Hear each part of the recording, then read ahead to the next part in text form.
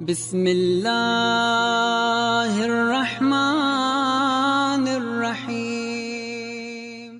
کہ ہم جس دروازے پر بیٹھے ہیں نا، اس گھرانے نے ہمیں جینے کا یہ دستور دیا ہے کہ حالات، واقعات، معاملات، مشکلات، پریشانیوں میں زمانے کو موڑ کر نہ دیکھا کرو، موڑ کر دیکھا کرو۔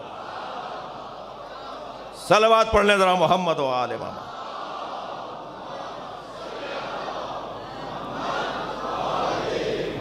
اپنے حق میں حالات کو تبدیل کرنا ہنر ہے۔ انہی برے حالات میں اچھائی نکالو، انہی الجھے ہوئے معاملات میں رستے تلاش کرو۔ اللہ نے انہی معاملات میں تمہارے لیے رستے رکھے ہوتے ہیں۔ جب سرکار نے فرمایا نا اپنے لوگوں سے کہ یہ کہہ رہے ہیں کہ واپس چلے جاؤ، سرکار نے فرمایا یہ لوگ کہہ رہے ہیں کہ آپ کا آدمی ہم واپس نہیں کریں گے، نبی نے فرمایا علی لکھ دو، ان کا آدمی، ہمارا آدمی ان کے پاس جائے گا تو یہ ہمیں واپس، مسلمان اگر بھاگ کر کافروں کے پاس چلا گیا تو یہ واپس نہیں کریں گے، علی لکھ دو یہ واپس نہ کریں۔ جو ہمیں چھوڑ کر چلا گیا وہ اس قابل کا ہے کہ اسے واپس مانگا جائے۔ اسی میں سے حالات کی خرابی کا رونا، حالات کی خرابی سے اپنے آپ کو پریشان کر لینا، یہ ہنرمندی نہیں ہے۔ ہنرمندی یہ ہے کہ انہی میں سے کوئی اپنے لیے رستہ نکالا جائے۔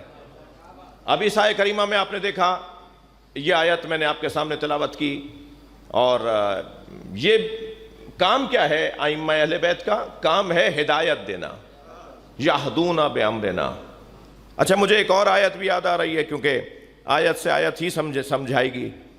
ارشاد ہو رہا ہے وَلِلَّهِ، سورہ مبارکہ اعراف آیت نمبر 180، وَلِلَّهِ اسماء الحسنى فادعوه بها، اللہ ہی کے لیے بہترین نام ہے، اسے ان ناموں کے ذریعے پکارو۔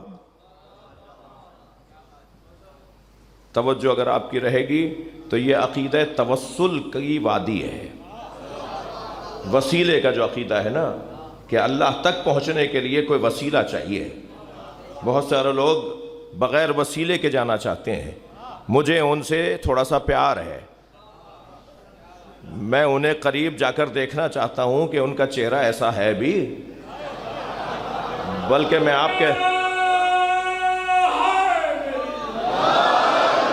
میں آپ کے توسط سے ان سے کہوں گا اپنا چہرہ خود بھی ذرا آئینے میں جا کے دیکھیں۔ جو ڈائریکٹ اللہ سے بات کرنا چاہتے ہیں وہ اس قابل بھی ہیں کہ ڈائریکٹ اللہ سے بات کریں۔ جی، ہر ایک کا تو یہ مقام نہیں ہے۔ یہ دعویٰ تو کوئی کرے تو یا نبی کریں یا علی کریں۔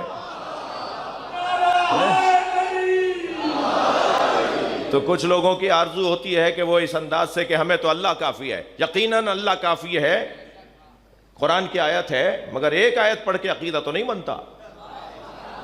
پورا قرآن پڑھ کے عقیدہ بنتا ہے۔ جہاں قرآن نے یہ کہا ہے الیس اللہ بکاف عبدہ، اے میرے بندے کیا تیرے لیے اللہ کافی نہیں ہے؟ توجہ، لفظ کافی ذہن میں رہے، عربی زبان کا کافی لفظ ہے جی۔ الیس اللہ بکاف عبدہ، اے میرے بندے کیا تیرے لیے اللہ کافی نہیں ہے؟ اسی اللہ نے قرآن میں ہی سورہ رات کے اندر کہا ہے کفا باللہ شہیدن بینی و بینکم ومن عندہ علم الکتاب، میرے اور تمہارے درمیان گواہی کے لیے اللہ کافی ہے اور وہ جس کے پاس پوری کتاب کا علم ہے۔ تو اللہ بھی ہمیں خود تک پہنچنے کے لیے کسی کے دروازے پر لے جانا چاہتا ہے۔ اچھا، جو یہ لوگ کہہ رہے ہوتے ہیں کہ لا رطب ولا یابس الا فی کتاب مبین، قرآن میں ہر خشک و تر کا تذکرہ ہے، ہمیں حدیث کی ضرورت ہی نہیں ہے، ہمارے لیے قرآن کافی ہے۔ یہ خطرناک بیماری آگے تک جاتی ہے، پھر یہ لگتی ہے۔ جو یہ کہہ دیتا ہے نا ہمیں اللہ کافی ہے، وہ پھر آگے جا کے کہتا ہے ہمیں قرآن کافی ہے۔ اور جو یہ کہتا ہے ہمیں، صلوات پڑھ لیں ذرا محمد و آل محمد۔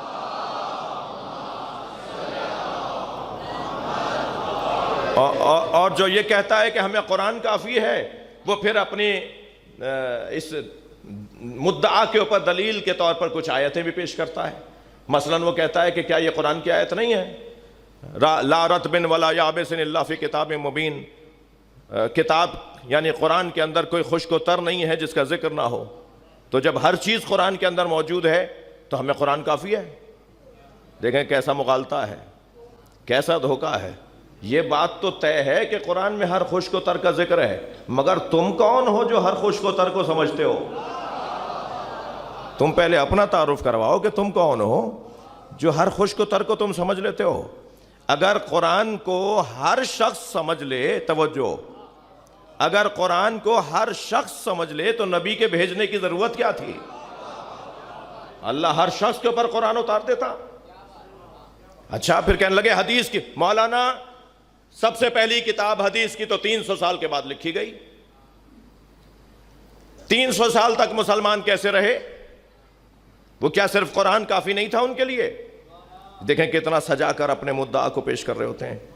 ان سے میں مخاطب ہوں کہ قرآن کی کہ حدیث کی پہلی کتاب 300 سال بعد لکھی گئی, مگر حدیث 300 سال بعد نہیں آئی. ان صحابہ کرام, ان تابعین عظام کو سلام کیا جائے, ان ائمہ اہل بیت کے شاگردوں کو سلام کیا جائے, ان فقہاء عظام کو سلام کیا جائے جو حدیثوں کے یاد کرنے کو ہی حافظ ہونا کہلاتے تھے. آج ہمارے ہاں حافظ کہتے ہیں تو آپ کے ذہن میں کون آتا ہے؟ قرآن کا حافظ نا, جبکہ ایسا نہیں ہے.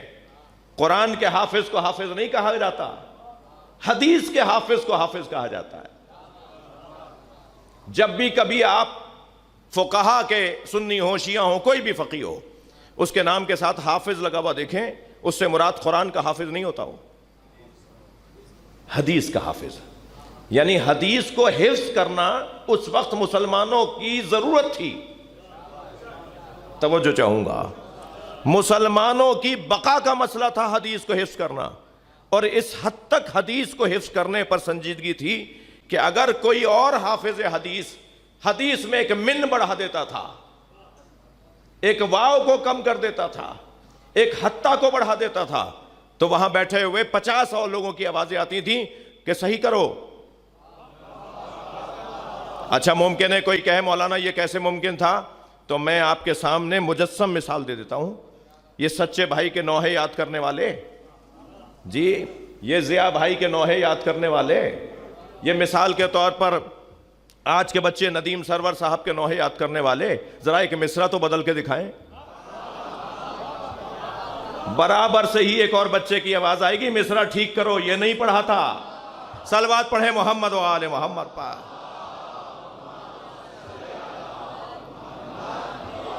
نہیں, مجھے اندازہ ہے کہ موسم اندر کا گھٹن کا ہے, اور میرے جو ذوالفقار حیدری کے دوست ہیں انہیں کل بہتر انتظام کرنا پڑے گا, ورنہ میں دیکھوں گا کہ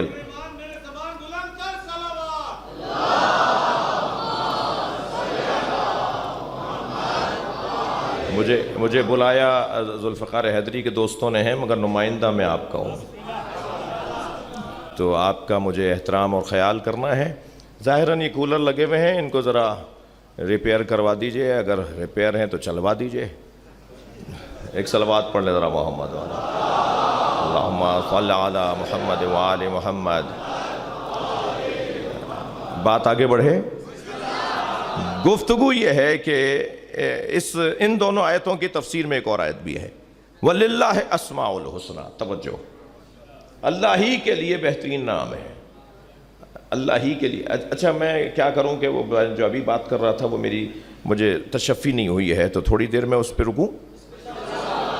یہ جو حدیث 300 سال کے بعد کتاب پہلی لکھی گئی, تو کتاب حدیث کی کتاب پہلی مرتبہ 300 سال بعد, نبی کی رحلت کے 300 سال کے بعد لکھی گئی, مگر حدیث تو حافظوں کے دل و دماغ پر حاکم تھی نا, بس وہی یاد رکھتے تھے اور آگے بڑھاتے تھے. اور پھر جب دور آیا کہ لکھنے والوں کی تعداد بڑھنا شروع ہو گئی اور پڑھنے والے, اچھا لکھنا کب سے شروع ہوا ذرا یہ تو سنیں. لکھنا اس وقت سے شروع ہوا جب سے پڑھنے والوں کی تعداد بڑھی. کوئی پڑھنے والا ہوگا تو لکھا جائے گا نا, ضروری نہیں ہے کہ جو حفظ کر رہا ہے وہ پڑھنا بھی جانتا ہو. یہ ضروری نہیں ہے کہ جس کو حفظ ہو وہ پڑھنا. میں کتنے ہی لوگوں کو جانتا ہوں جنہیں پڑھنا نہیں آتا, مگر انہیں بہت کچھ یاد ہے, پورا میر انیس انہیں یاد ہے, مرزا دبیر انہیں یاد ہے, پورے پورے مرثیے انہیں یاد ہیں، مگر وہ اپنا نام نہیں لکھ سکتے۔ تو یہ کوئی ضروری نہیں ہے کہ جس کو یاد ہو وہ لکھنا پڑھنا بھی جانتا ہو، لیکن جب لکھنا پڑھنے والوں کی تعداد بڑھنے لگی تو پھر لکھنے کی ضرورت بڑھنے لگی، اور آہستہ آہستہ لکھنے والوں کی تعداد میں بھی اضافہ ہونے لگا، اور پھر وہی کتابیں، وہی چیزیں جو یاد تھیں وہ لکھنا شروع کر دیں۔ تو یہ تو بہت ہی معقول اور تاریخ ہے جو تاریخ حدیث میں بیان کر رہا ہوں، توجہ چاہوں گا۔ عزیزو حدیث کی کتاب 300 سال کے بعد لکھی گئی، حدیث تو ہر دور میں رہی۔ پھر آپ یہ کہہ رہے ہیں کہ ہمیں قرآن کافی ہے، ہمیں حدیث کی ضرورت نہیں ہے، تو میں ان سے یہ پوچھنا چاہتا ہوں تمہیں کس نے بتایا ہے یہ قرآن ہے؟ بھائی تھوڑی گردن ہلا دینا، بات جا رہی ہو تو۔ یہ تمہیں کس نے بتایا ہے کہ یہ قرآن ہے؟ یہ جس نے تمہیں بتایا ہے کہ یہ قرآن ہے اس کے بتانے کو حدیث کہتے ہیں۔ ہم پر تو فرشتہ نہیں آیا نا بھائی، ہم پر تو جبریل امی علیہ السلام نہیں آئے نا، ہماری نہیں ہے ایسی حیثیت۔ جی ایک جملہ ہدیہ کر رہا ہوں، ہر روڈ پر ہر سواری نہیں چلتی، ہر رن وے پہ ہر جہاز نہیں اترتا، یہ فرشتہ ہر گھر میں نہیں اترتا۔ یہ فرشتے جس گھر میں اترتے ہیں اس گھر کو سلام کرو تاکہ ہماری تینت کا معلوم ہو جائے۔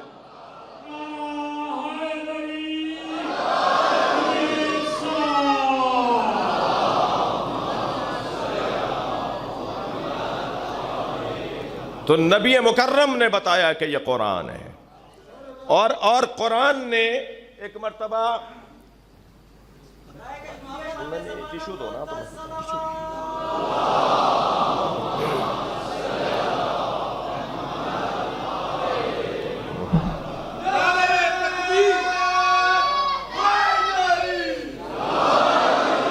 توجہ میرے ساتھ ہے آپ حضرات کی، بات آگے جائے۔ قرآن نے توجہ بس ٹھیک ہے، پہلا دن ہے، کچھ میں بھی سیکھوں گا، کچھ یہ بھی سیکھیں گے۔ جی قرآن نے ہمیں ایک قاعدہ دے دیا، وما اتاکم الرسول فخذوہ، میرا رسول جو دے وہ لے لو، وما نہاکم عنہ فانتہوا، اور جس سے میرا رسول روکے اسے باز رہو، اسے رکے رہو۔ جو میرا رسول دے وہ لے لو، جو میرا رسول روکے جس سے اسے رک جاؤ۔ توجہ، نبی نے فرمایا اب میرا رسول کیا دے رہا ہے؟ ہمارا رسول کیا دے رہا ہے؟ اللہ کا بھیجا ہوا رسول ہمیں کیا دے رہا ہے؟ عبادتیں، زندگی کے دستور، گھریلو معاملات، سماجی اور انسانی حقوق کے معاملات، شہری معاملات، تمام ذاتی اور اجتماعی معاملات، وہ سب رسول نے ہمیں دیے ہیں۔ یعنی نبی کی ایک ایک زندگی کا لمحہ ہمارے لیے رہنما ہے، ٹھیک ہے؟ جب اللہ نے کہہ دیا جو میرا رسول دے وہ لے لو، اور جس سے روکے اس سے رک جاؤ، تو اب ہمیں تلاش یہ کرنا ہے کہ کیا کیا دیا۔ لہٰذا سب سے افضل عبادت نماز کے لیے فرمایا صلو کما رأیتمونی اصلی، نماز ایسے پڑھو جیسے مجھے پڑھتے ہوئے دیکھ رہے ہو، نماز ایسے پڑھو جیسے مجھے پڑھتے ہوئے دیکھ رہے ہو۔ تو نبی نے نماز کیسے پڑھی؟ جب چوتھے دور حکومت میں پہلی رسمی نماز مولا علی نے پڑھائی، چوتھے دور حکومت میں پہلی رسمی نماز جب مولا علی نے پڑھائی نا، تو صحابہ کرام جمع ہو کر مولا علی کے سامنے آ گئے اور کہنے لگے لقد ذکرتنی صلاۃ محمد، آج آپ نے محمد کی نماز یاد دلا دی۔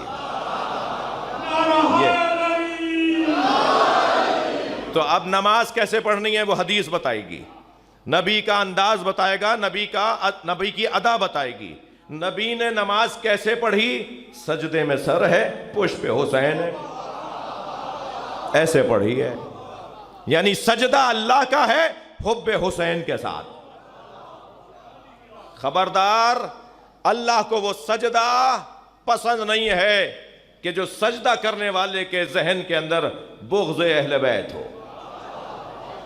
اس کی عبادت اس کے منہ پر ایسے ماری جائے گی کہ منہ بھی ٹیڑھا ہو جائے گا۔ یہ احادیث سنا رہا ہوں میں آپ کو۔ اور جس کے دل میں حب حسین ہو اس کے سجدے کی جان اور رونق اور رمق ہی کچھ اور ہے۔ سرکار سجدے کی حالت میں ہیں، پشت پہ امام حسین بیٹھے ہیں اور سجدہ طول پکڑتا جا رہا ہے۔ جی ایک دفعہ واقعہ نہیں ہوا یہ، اگر ایک دفعہ ہوا ہوتا نا تو کوئی بھی کہہ دیتا کہ اس دن میں نماز میں نہیں تھا.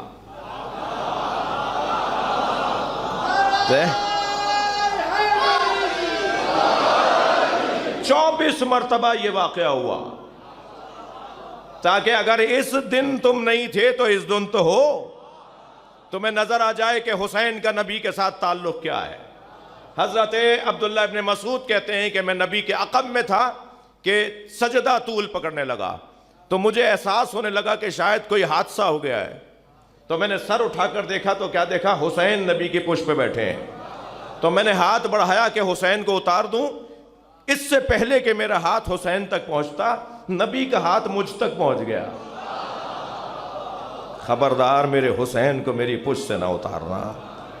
جب حسین خود اترے تب نبی نے سجدے کو مکمل کیا. حسین مولا کے خیال میں، محبت میں، پیار میں نبی کا سجدہ طول پکڑتا جا رہا ہے. عزیزو،